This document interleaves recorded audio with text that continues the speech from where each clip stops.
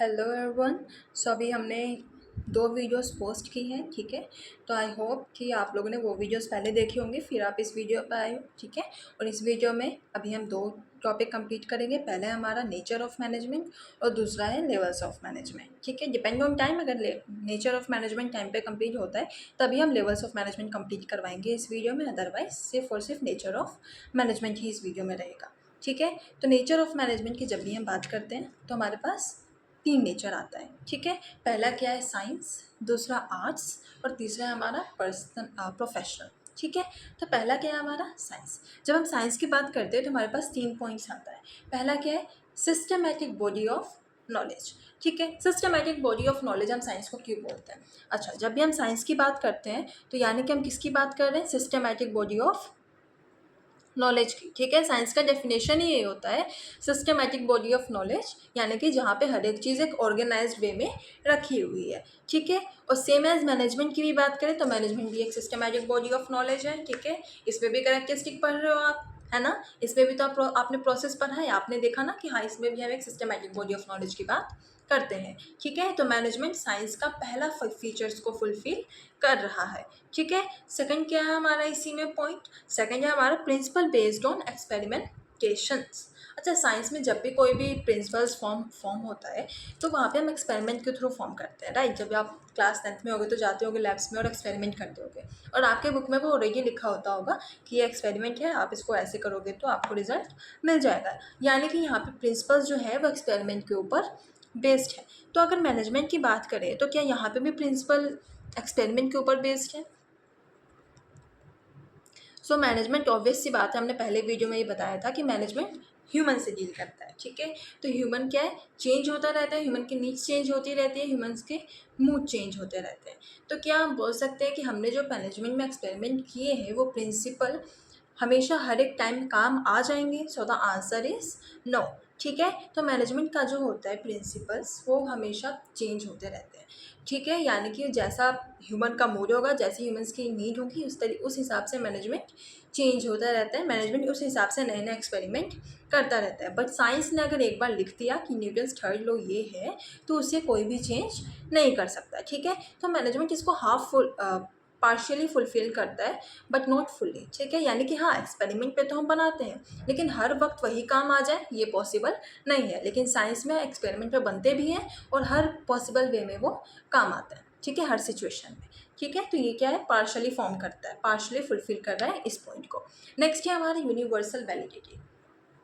Science का जो भी लॉ है वो यूनिवर्सल, यानी कि अमेरिका के लोग भी वही मानेंगे, इंडिया के लोग भी यही मानेंगे, ठीक है। और सेम है अगर मैनेजमेंट की बात करें, नहीं हो सकता है अमेरिका में कुछ और नीड हो तो वहाँ पे लोगों की बात अलग से मानी जाएगी, अलग से प्रिंसिपल्स बनाए जाएंगे मैनेजमेंट के थ्रू, अलग से रूल्स एंड रेगुलेशन बना के उस काम को करवाया जाएगा।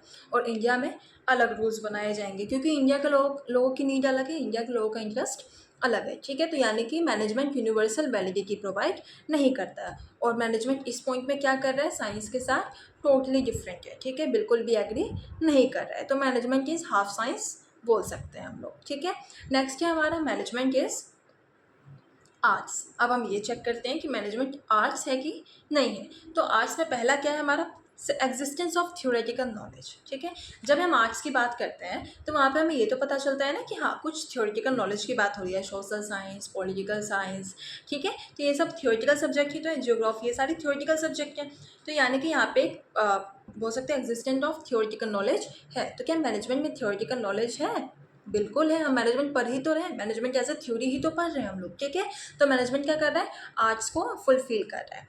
नेक्स्ट है हमारा पर्सनलाइज्ड एप्लीकेशन। इट मीन्स जैसी नीड होगी आर्ट्स वहाँ पे अपने प्रिंसिपल्स, अपने नॉलेज उस हिसाब से लगाता है। अभी हमने मैनेजमेंट में भी तो सेम ही पढ़ा था ना कि जैसी ह्यूमन की नीड होगी उसी हिसाब से मैनेजमेंट अपने प्रिंसिपल्स को वहाँ पे अप्लाई करेगा, राइट। यही तो था, ठीक है। तो मैनेजमेंट क्या कर रहा है, सेकंड पॉइंट को भी फुल्ली फुलफिल कर रहा है। नेक्स्ट है हमारा based on practice and creativity. तो आर्ट्स के प्रैक्टिस और क्रिएटिविटी से ये अपना काम करता है, ठीक है। यानी कि जैसा सिचुएशन होगा ये वैसी क्रिएटिविटी करता है और वैसे ही प्रैक्टिस करके ये नए नए प्रिंसिपल्स, नए नए लॉज बनाता है, ठीक है। सो मैनेजमेंट में भी तो अभी हमने ये पढ़ा ना कि ह्यूमन के साथ डील करता है, अलग अलग चेंजेस फेस करता है और जहाँ पे जैसी नीड होती है वहाँ पे ये वो प्रिंसिपल्स लगा देता है, ठीक है। तो क्लियर हुआ। मैनेजमेंट फुल्ली आर्ट्स है, ठीक है, मैनेजमेंट को हम आर्ट्स बोल सकते हैं। नेक्स्ट है हमारा प्रोफेशन। अब हम ये देखेंगे कि मैनेजमेंट प्रोफेशन है कि नहीं है, ठीक है, ये भी तो चेक करना ज़रूरी है कि मैनेजमेंट प्रोफेशन है कि नहीं है। अच्छा, प्रोफेशन का मतलब क्या होता है? जब भी हम प्रोफेशन की बात करते हैं तो मैनेजमेंट को हम प्रोफेशन क्यों माने? प्रोफेशन होता क्या है? अच्छा, प्रोफेशन वो होता है ना जहाँ पे हमें एक डिग्री दी जाती है, राइट, जहाँ पे रेस्ट्रिक्टेड एंट्री होती है कि सिर्फ यही बच्चे ये कोर्स कर सकते हैं, है ना, जहाँ पे आप जाते हो तो आपको एक नाम के आगे कुछ लगा दिया जाता है, लाइक डॉक्टर, CA, CS, ठीक है, जहाँ पे आपके आपको एक रिकॉग्नाइजेशन मिलता है, राइट। तो ये सारी तो प्रोफेशन होगा ना। हम एक डॉक्टर को प्रोफेशनल बोल सकते हैं ना, क्यों? क्योंकि उसके नाम के आगे डॉक्टर है, उसको लाइसेंस मिला हुआ है, ठीक है। तो सेम एज देखेंगे कि मैनेजमेंट प्रोफेशन है कि नहीं है। तो जब हम प्रोफेशन की बात करते हैं तो पहला पॉइंट क्या आता है हमारा? Well defined body of knowledge, ठीक है। अच्छा, टीचर प्रोफेशन है, बिल्कुल है। टीचर प्रोफेशन क्यों है? क्योंकि जो भी टीचर आपको सब्जेक्ट पढ़ा रहा है उसको उस सब्जेक्ट के बारे में एक स्पेशलाइज्ड नॉलेज है, राइट, इसलिए तो वो टीचर है ना, तभी तो वो आपको पढ़ा सकता है। तो सेम एज जब हम मैनेजमेंट की बात करें तो क्या मैनेजमेंट एक well defined body of knowledge है? बिल्कुल है, ठीक है। मैनेजमेंट एक well defined body of knowledge है जो कि आपको बताता है कि आपको ऑर्गेनाइजेशन में कैसे कैसे काम करना है, कैसे आपके ऑब्जेक्टिव्स गोल्स पूरे होंगे। समझ में आया? नेक्स्ट है हमारा रेस्ट्रिक्टेड एंट्री। अच्छा, डॉक्टर कॉमर्स के बच्चे बन सकते हैं क्या? The answer is no. Engineer बन सकते हैं कॉमर्स के बच्चे? नहीं। तो क्या मैनेजमेंट सिर्फ कॉमर्स के बच्चे करते हैं? नहीं, ठीक है।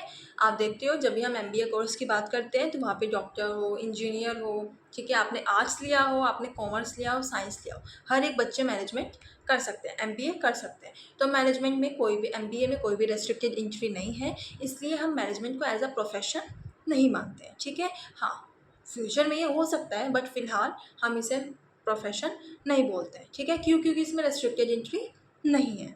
नेक्स्ट है हमारा प्रोफेशनल एसोसिएशन।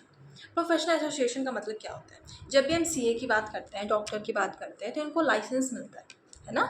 CA की बात करें तो ICAI, है ना, Indian institute of chartered accountant, ये आपको क्या करता है? डिग्री देता है कि आप CA हो, ठीक है, आपके नाम के आगे CA लग जाता है। बट जब आप मैनेजमेंट करते हो तो क्या आपको एक पर्सनल प्रोफेशनल एसोसिएशन आके डिग्री देता है, लाइसेंस देता है?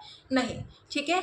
कोई भी आके मैनेजमेंट करता है और आप जब वहाँ से पास आउट होते हो तो आपको बस एक डिग्री मिल जाती है कि हाँ आपने ये कोर्स कर लिया है, ठीक है। कोई भी प्रोफेशनल एसोसिएशन आके आपको लाइसेंस नहीं दे रहा है या आपके नाम के आगे मैनेजर नहीं लग रहा होता है, ठीक है। तो समझ में आया? तो यहाँ पे क्या है? प्रोफेशनल एसोसिएशन भी नहीं है मैनेजमेंट में।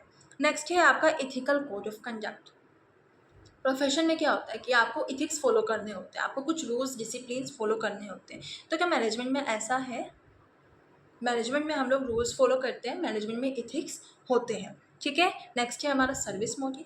तो प्रोफेशन में यही तो है कि हम सर्विस मोटिव से, आज अगर हम टीचर हैं यहाँ पे तो मेरा मोटिव क्या है कि हम अपने सर्विसेज आपको प्रोवाइड करवा रहे हैं, ठीक है, हम टीचर हैं, हम आपको टीच कर रहे हैं। तो क्या मैनेजमेंट में भी सर्विस मोटिव होता है? सो ऑब्वियसली मैनेजमेंट में सर्विस मोटिव होता है।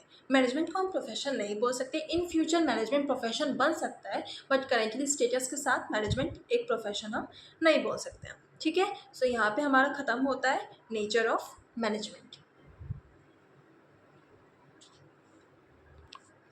नेक्स्ट टॉपिक है हमारा लेवल्स ऑफ मैनेजमेंट, ठीक है। अच्छा, लेवल्स का मतलब क्या होता है? लेवल्स, ठीक है, कि कौन किस लेवल पे बैठा हुआ है, हम इसी को तो लेवल्स बोलेंगे ना। तो मैनेजमेंट में हम नॉर्मली 3 टाइप के लेवल्स पढ़ते हैं, ठीक है। पहला है हमारा टॉप लेवल, दूसरा क्या है हमारा मिडिल लेवल और थर्ड क्या है हमारा सुपरवाइजरी लेवल, ठीक है। 3 लेवल होते हैं, नाम के हिसाब से ही समझेंगे कि काम क्या है, ठीक है। टॉप लेवल मीन्स सारे CEO, CFO, CEOs, ठीक है, chief operating officer, chief financial officers, जितने भी चीफ होंगे, जितने भी ऑफिसर्स होंगे, वो सब किस में आ जाएंगे? टॉप लेवल में, ठीक है। इनका मेन काम क्या होता है? प्लानिंग करना, ठीक है। तो ये क्या करते हैं? प्लानिंग करते हैं, ये ऑर्गेनाइजिंग करते हैं। समझ में आया? नेक्स्ट है हमारा मिडिल लेवल मैनेजर्स। देखो मैंने क्या बोला? मिडिल लेवल मैनेजर्स, यानी कि जो भी मैनेजर्स हैं, जो भी डिपार्टमेंटल हेड्स हैं, वो किसके अंदर आ जाते हैं? मिडिल लेवल, ठीक है। और ये कौन सा काम करते हैं? स्टाफिंग का। हमारे जो HR हैं वो HR ही तो है ना, ह्यूमन रिसोर्स मैनेजर, है ना, तो वो किस में आएंगे? सेकेंड लेवल यानी कि मिडिल लेवल में आते हैं। उनका काम क्या होता है, लोगों को रिक्रूट करना और जो टॉप लेवल्स के मैसेजेस होते हैं वो सुपरवाइजरी लेवल तक पहुंचाना, क्योंकि ये मिडिल में आते हैं। तो टॉप अपना पहले प्लान किसको बताएगा, मिडिल लेवल को, देन मिडिल लेवल वो चीज़ किसको जाके समझाएंगे, सुपरवाइजरी लेवल को। ठीक है, नेक्स्ट आता है हमारा सुपरवाइजरी लेवल। अच्छा, सबसे इंपॉर्टेंट काम इनका होता है, क्यों, क्योंकि ये काम करते हैं, यानी कि जो लॉज ऊपर से बना के दिए जा रहे हैं वो किन के लिए दिए जा रहे हैं कि सुपरवाइजरी लेवल को काम इन एक्चुअल कैसे करवाना है। ठीक है, सुपरवाइजरी लेवल के नीचे हम लोअर लेवल बोल सकते हैं, क्योंकि वो पर्सन्स होते हैं जो काम करते हैं, और सुपरवाइजरी लेवल लेबर के थोड़ा ऊपर होते हैं जो कि उनसे वो काम करवाते हैं। ठीक है, तो 3 लेवल्स हैं हमारे पास। पहला क्या है, टॉप लेवल, यानी कि सारे चीफ ऑफिसर्स, जितने भी ऑफिसर्स हैं, जितने भी चीफ्स हैं, वो किस में आ जाते हैं, टॉप लेवल्स में आते हैं। नेक्स्ट है हमारा मिडिल लेवल। टॉप लेवल्स क्या काम करते हैं, सारा इंटेलेक्चुअल काम करते हैं। इंटेलेक्चुअल काम मतलब सोचने का काम, प्लानिंग कर रहे हैं ना, प्लानिंग कैसे करते हैं हम लोग, बहुत ज़्यादा सोचते हैं, इन्वायरमेंट सिचुएशन देखते हैं, तभी तो हम प्लानिंग करेंगे ना, ऑर्गेनाइजिंग करते हैं कि किसको कौन से डिपार्टमेंट में काम करना है। ठीक है, नेक्स्ट है हमारा मिडिल लेवल। मिडिल लेवल का काम क्या होता है, रिक्रूट करना, ठीक है, डायरेक्ट करना कि आपको काम कैसे करना है। ठीक है, तो इसे हम क्या बोलते हैं, मिडिल लेवल वर्कर्स बोलते हैं। ठीक है, जो ये मिडिल लेवल पे काम करते हैं। और इनका एक और काम क्या होता है कि ये टॉप लेवल के जितने भी प्लान्स होते हैं उसे कहाँ तक पहुँचाते हैं, सुपरवाइजरी लेवल तक। मिडिल लेवल है ना, टॉप लेवल अपना पहले मिडिल लेवल को बताएंगे, then middle level supervisory level को बताएंगे। ठीक है, नेक्स्ट है हमारा सुपरवाइजरी लेवल। सुपरवाइजरी लेवल क्या करते हैं, ये जो भी हमारे पास काम होता है, मिडिल लेवल ने हमें बताया, वो ये आइडियाज़ लेते हैं, वो ये थॉट्स उनके सुनते हैं और फिर उसको लेबर को जाके समझाते हैं कि हाँ इन एक्चुअल उन्हें काम कैसे करना है। ठीक है, तो ये लेवल्स था। होप आपको ये दोनों पॉइंट बहुत अच्छे से समझ में आया होगा। And that's all for today. In this video we had completed 2 topics. कौन कौन सा किया है अभी हमने, levels and nature of management. Okay, तो अगर आपको ये दोनों वीडियो समझ में आए हैं तो please like the video, subscribe भी कर लेना ताकि आपको अपडेट मिलती रहे। ठीक है, और अपने दोस्तों के साथ भी शेयर करना। ओके, तो आप हमने अदर साइट्स पे जुड़ सकते हो। अभी के लिए बाय बाय, फिर हम लोग नेक्स्ट वीडियो बनाएंगे, वहाँ मिलते हैं।